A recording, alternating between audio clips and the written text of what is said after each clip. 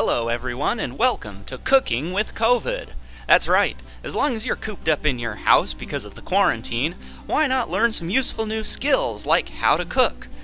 In the next few episodes, we're going to be taking a look at how to cook my absolute favorite food, true Italian-style pizza. And today we're going to be starting with the dough. Now, as a bonus, if you play along at home, you actually are going to be able to get some extra credit if you post a picture of your pizza to Canvas. So let's get started by looking at the ingredients.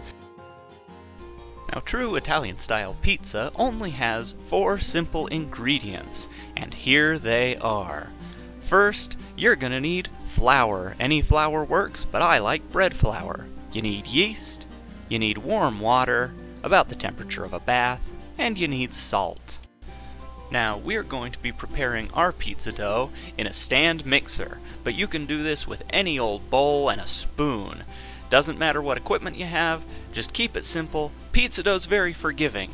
Now, I'm going to be weighing my ingredients. It's more accurate, but you can just measure these out by volume. I will give you those measurements as well. We're going to start with our flour, and to keep the math simple, we're going to do 1,000 grams of flour. That's 2.2 pounds, or an entire kilogram. If you're measuring this out, that is about 8 cups. Yes, that is a humongous amount of flour, but we're making a ton of dough. This will make 8 pizzas, because I love pizza. You can half this recipe if you want to, but let's face it, why would you want less pizza? Now that we have our flour measured out, we need to add in just a little bit of yeast. You do not need very much yeast, even for this enormous batch of pizza. I'm going to sprinkle in about 4 grams of yeast. That's about a teaspoon. Even though it's not very much yeast for the amount of flour, we're going to let this rise in the fridge for about 3 days, which will give our yeast plenty of time to work its magic. Now that we've got our yeast added, we need to add salt, and lots of it. Salt is delicious, and we need it unless we want our bread to taste bland and boring. And nobody wants bland and boring bread, so we're going to sprinkle in 18 grams of salt. That's about 1 heaping tablespoon, which looks like a ton, but again, we are making a ton of dough. Now that we have all our dry ingredients added, just give it all a quick stir. If you're doing this in a bowl, grab a spoon, give it a stir. If you're in your mixer, use your dough hook. Just swirl it around, get it mixed so that you don't have big clumps of salt or yeast when you add your water. And now, we are finally going to add in our water, and this is the biggest variable here. You want anywhere from 600 to 700 grams of water, which is 60 to 70% of the total weight of the flour. I'm going with 650 grams of water. That's just under 3 cups, about 2 3/4 cups. I generally think the wetter the dough, the better the end product, even though it does make it stickier and harder to work with. So we'll just go ahead and add in our water right now. Alright, so we've got our water in there. We're just going to lock this onto the stand mixer. We're going to attach our dough hook, and we are going to let this knead on the lowest setting for about 7 minutes. And if you're doing this in a bowl, just mix it with a spoon until it starts to come together, then turn it out onto the countertop, floured, and knead it until it looks kind of like this. It's going to be a very smooth, somewhat sticky, and extremely elastic dough. Let's take a closer look at that dough. That is a beautiful ball of dough. It's soft, it's smooth, it's a little bit sticky, but it's not really sticking to my fingers anymore. So what we need to do now is we need to get our dough out of the bowl. Just put that into a little ball there, stick it on a plate, smear out any of the last few bits of dough that are still stuck in the bowl. A little bit usually sticks at the bottom.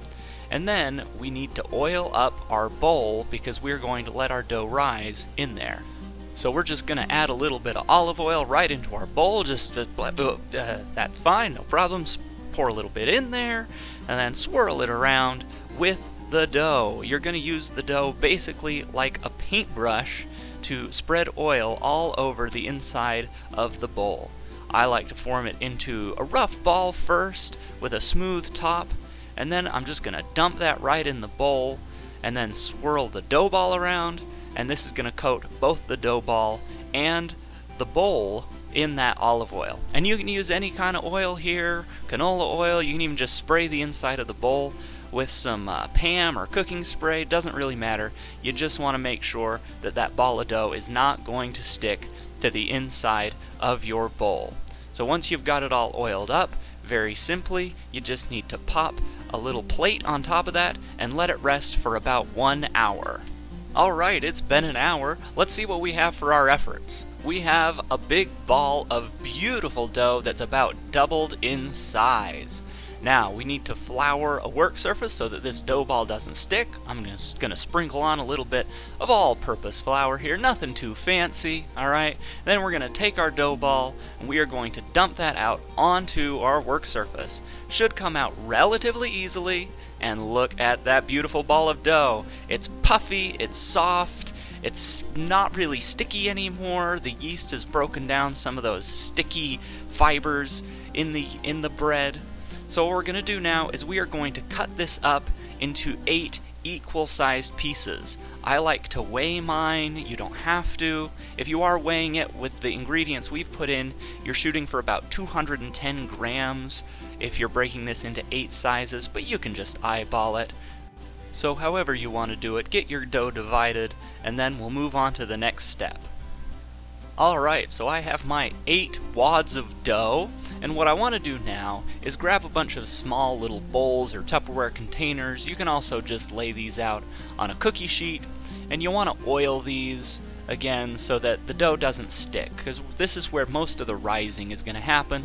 We're going to stick our individual dough wads in each of these bowls and then just stick them in the fridge for anywhere from like 24 hours to 5 days. The longer it sits, the better.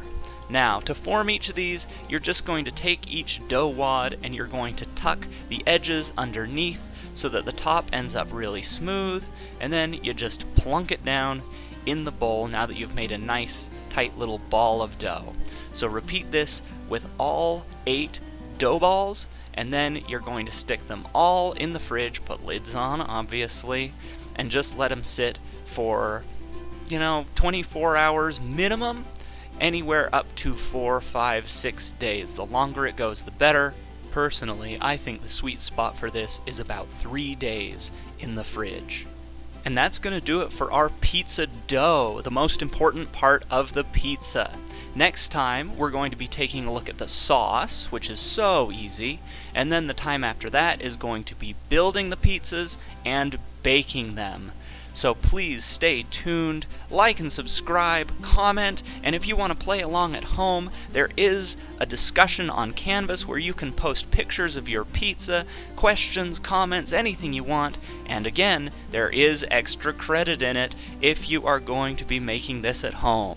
So thanks very much for watching, and I will see you next time on Cooking with COVID.